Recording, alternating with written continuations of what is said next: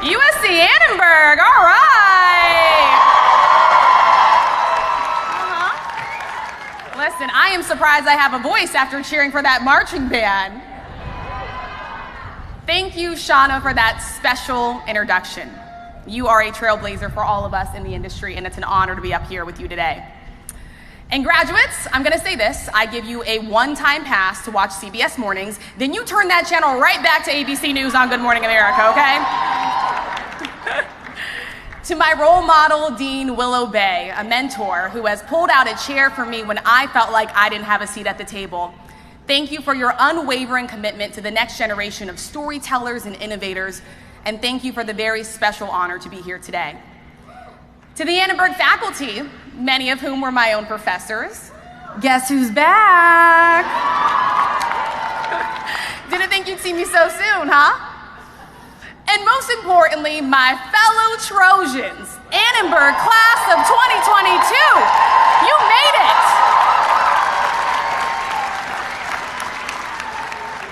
It feels so good to be back home with you all today, and I'm gonna go off script for just 1 second because this is a very big tent. But there is not a tent big enough for the joy in this room, okay? The only thing better than seeing your faces was to see your parents, your loved ones, your aunts sitting behind you. I don't know if you guys knew this, but I got here at 8 a.m. and there were already people here waiting to see you walk across this stage. So please give it up for the people who have sacrificed so much for you to sit where you are now.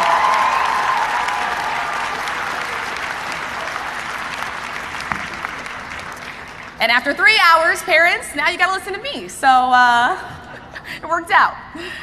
Well, you know, when Willow first called me to extend this invitation, I did what every full-fledged adult would do, and I immediately called my parents. My dad answered the phone, and I said, "Dad, you're never gonna believe it. I'm going to be a commencement speaker at USC." My dad said, "Wow, USC could pick anyone." I said, "Yeah, sure could." He said, "Well, didn't Oprah do it one year?" I said, yeah, sure did." He said, "Well, what are you gonna do when they figure out you're not Oprah?" Leave it to your parents to keep you humble, right? So let me just get right out in front of it. Unlike many commencement speakers who have come before me, I do not have a 50-year-long resume to tell you about. I don't have stories about the good old days, and I can't tell you what it was like before the internet existed. But I can tell you one thing. I know exactly what it's like to be sitting in your shoes right now. Because not too long ago, I was you. Not too long ago, I was navigating the campus on my final days as a USC student, carrying what felt like 75 pounds of camera gear, and just hoping to God I could make it to class without getting hit by a bike. Oh, and yes, I remember that feeling in the pit of your stomach when you realize the next time you walk through those doors of the Annenberg Media Center, it won't be as a student, it will be as alumni. The goosebumps on your arms, the rhythm of your heartbeat, the chill down your spine when you heard that USC fight song play on your graduation day. And I remember sitting exactly where you guys are right now. I was next to someone who had one too many shots at the 9-0 the night before. Y'all know who you are. I see you. Ain't shy about it. Okay, parents, that is a bar. That is a bar. But in all seriousness, today you have earned the gold on your resume. You are graduating from the most prestigious school for communication and journalism in the nation, and you have earned it.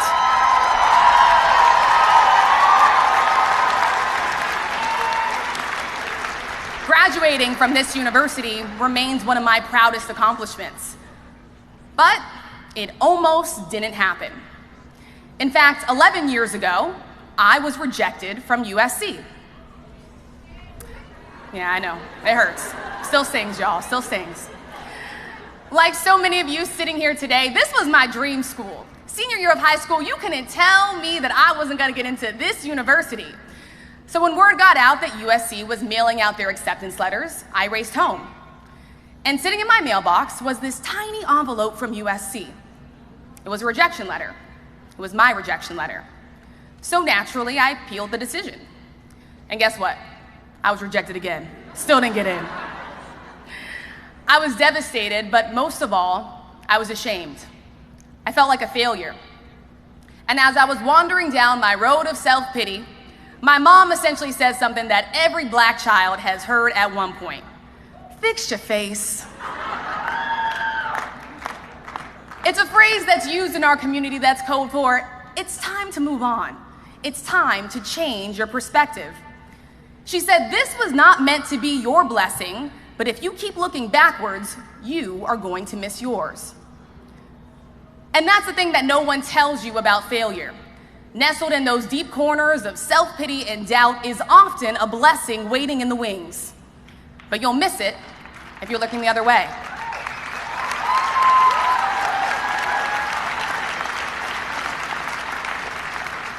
So if anything, failure is testing one thing. How bad do you really want it?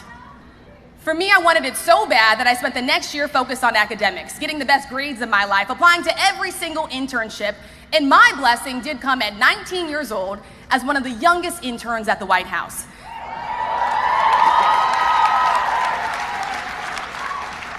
I sat in on presidential interviews. I watched White House correspondents challenge the press secretary. It's where I fell in love with political journalism. And though I couldn't see it at the time, that rejection letter was actually pushing me closer to new opportunities, to a dream I had not yet realized. And when I finally got into this great university as a transfer student, shout out to all the transfer students, not only was I thankful, I was very thankful. I could better align my steps with the path that I wanted to pursue. My Trojan family, do not be ashamed of failure. Be grateful for the direction it is pointing you in.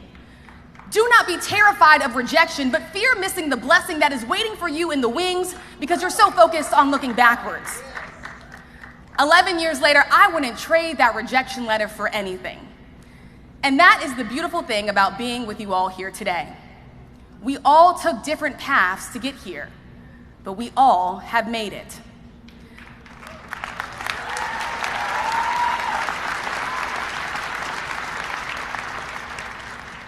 Look no further than Leo Sorensen, who is sitting here in his cap and gown today.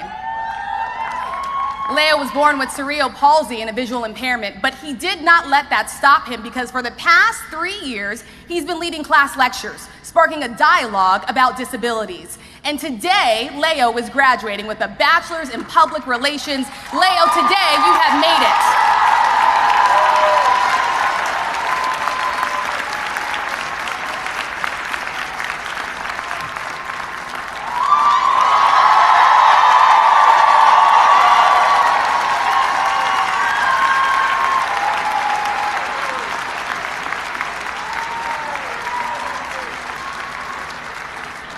And what about Bridget Smith?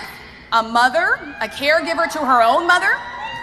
You may know her because she works here in the Annenberg admissions office. And 30 years after graduating from college, she decided to go back to school to get her master's degree.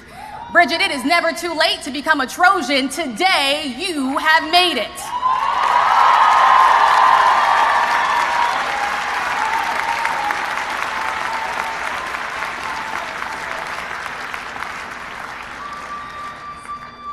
And Lupe Yanez. There she is. Lupe randomly messaged me on Instagram to tell me that she also got rejected from USC.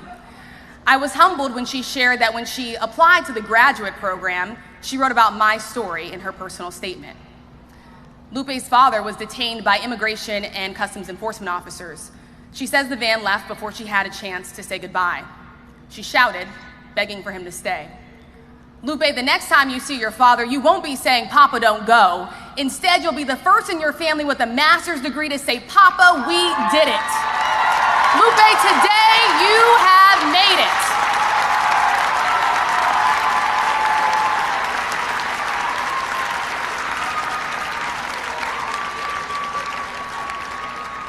You have all pushed past challenges by betting on yourself. You have redefined what is possible, and you have succeeded on your own terms. And for that, I am so proud to be part of your Trojan family. But like family, I gotta be honest with you. What's on the other end of that diploma will not always be easy. At times, it will be absolutely terrifying. You are entering an industry that is changing by the minute, racing to keep up with a world that is consuming information in shorter amounts of time, on new apps and platforms where posts and presents are now heavily integrated in a job that once only required a reporter's notebook and a sharp mind. And so to succeed in this space, it will require diving headfirst into a path that may be unconventional. It will require leaning into every single tool that Annenberg has armed you with, to innovate, to create, to inform, to question, to discover. And to succeed, it might require doing something different. Not everyone will trust in your vision. Just a few weeks before I graduated, I decided to take a risk. I turned down a reporter job in Fayetteville, Arkansas, to instead move to one of the most expensive cities in the world, New York. Though I wanted to be on camera, that's not how my career would begin. I would be a production associate at the bottom of the ladder with two big assignments: making copies and making coffee. When I called the news director in Arkansas to let her know that I would not be taking the position, she said to me, "This would be the biggest mistake of my early career." She said, "You'll be living in a box and calling in a year begging for a job." She was right about one thing. I did live in a box. Have y'all seen the New York City apartments? They are small. The wisdom, though, that she was trying to share was based on a status quo that was set decades before I even entered the room. That there was a traditional model, a tried and true method. My fellow Trojans, let my story serve as evidence that you can shake things up.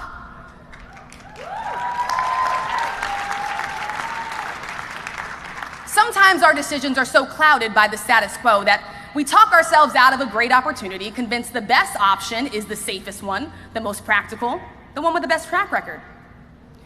Today, I challenge you to question what is driving your decisions. And if it's fear of doing something different, then get out of your own way. I wish I could have proven that news director wrong in a couple of months. Believe me, I was dying to say I told you so. But I would spend the next few years working late nights, overnights, early mornings, you name it. And the only time I ever second-guessed myself was when I started to look at what everybody else was doing around me. Honestly, that is the hardest part about graduating from USC Annenberg. It's the excellence. You're surrounded by it, from your faculty, to your classmates, to the alumni. And it's so easy to get caught up in what everybody else is doing. So let me just say this. Comparison is a trap. I spent so much of my first few years focused on the great things that everybody else was doing that I couldn't see the opportunities that were right in front of me. One of my favorite sayings is, you go from room to room, searching for the diamond necklace that is already around your neck. Trust your own path. Lean into it. When I used to run track, my coach always noticed that I was losing races when I turned my head to see who was coming up from behind me. I would slow down. I would lose sight of the finish line. Your future is too bright not to be focused on what is in front of you. Free yourself from measuring your success by how quickly everybody else is getting it done. When your goal is to learn as much as you can, you will be surprised by how quickly you will get there. Here are some other things that I learned in my first few years on the job. Invest in a good raincoat. Believe it or not, it does rain outside of California.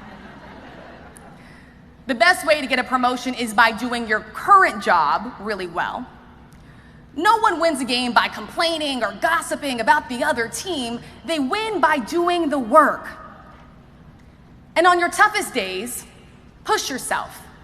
And it may be hard, but really push yourself to find something to be grateful for.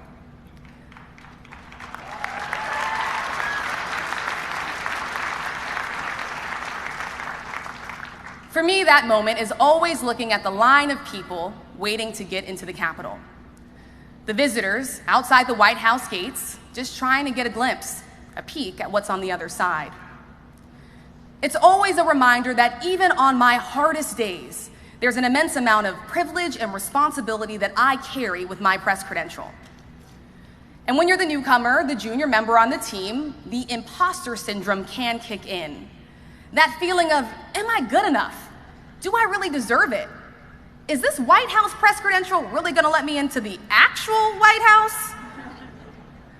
Do not let the narrative you tell yourself distract from the reality of all the work you put in to get there. I stopped asking myself if I fit in and started to realize it is far better to stand out.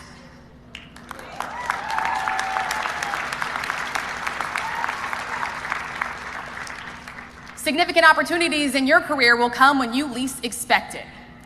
Last June, Russian President Vladimir Putin held a press conference after his meeting with President Biden in Geneva. And so just 48 hours out, I was assigned to go. What I didn't know at the time is that I would be one of the only American journalists in the room. Annenberg taught me that our jobs are to ask tough questions no matter what country you are in or what political leader you are in front of, to press for accountability, to press for answers.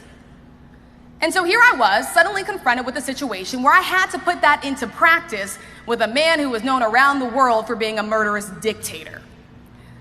I said, okay, Rachel, here we go. I asked President Putin why all of his political rivals were dead, in prison, or poisoned. What are you so afraid of? I said.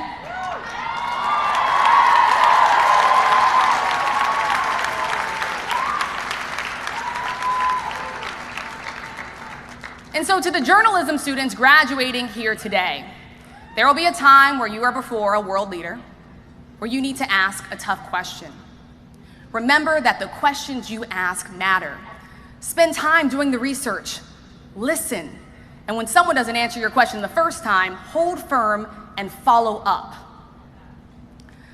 I'd like to close with one last story from my time here at USC. I was speaking at a conference, sharing my experiences as an Annenberg student, and I quoted Diane Sawyer, who had just visited the newsroom a few days earlier. She said, "Journalism is the business of changing the world." When I finished, it was time to take questions. A man stood up and he said, "I take issue with what you are saying. Journalism is not the business of changing the world. You are not a doctor. You won't find a cure for cancer, solve world hunger." I froze. I didn't know what to say. It was the first and the last time I let anyone question the power of storytelling, the power that I had to make an impact on the world. I didn't have the words then, but I do now. Where will we be as a country if journalists and photographers never captured John Lewis and Amelia Boynton being beaten on the Edmund Pettus Bridge in Selma for the right to vote? It's those images that gripped a nation, that led to voting rights legislation. Where will we be as a world today if journalists were not risking their lives to document the brutal horrors of Russia's invasion of Ukraine? Would we really know the extent of the violence? Do not let anyone question the power of storytelling, the power of your own story. I am standing before you just several generations removed from slavery, and every single day I walk into the Capitol or a White House built by slaves. I am a two-time USC reject standing before you giving a commencement address at USC.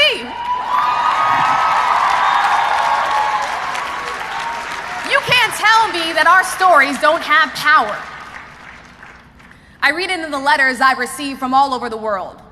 A woman named Kelsey who told me that my question to President Putin brought her to tears, that as an attorney, it reminded her to be confident as a woman asking tough questions in the courtroom. To Siobhan in Ireland, who wrote me, "If you ever thought your message was not reaching the masses, I am proof that it is." Or the students studying in Geneva who figured out where my live shot was hours after I asked President Putin that question, and they gathered outside of my hotel room shouting freedom of the press.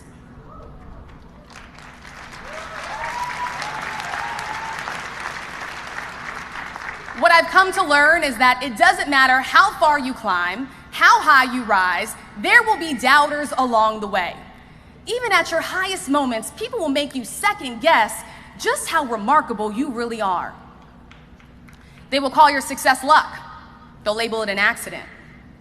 They'll confuse all those late nights you pulled with being an overnight success.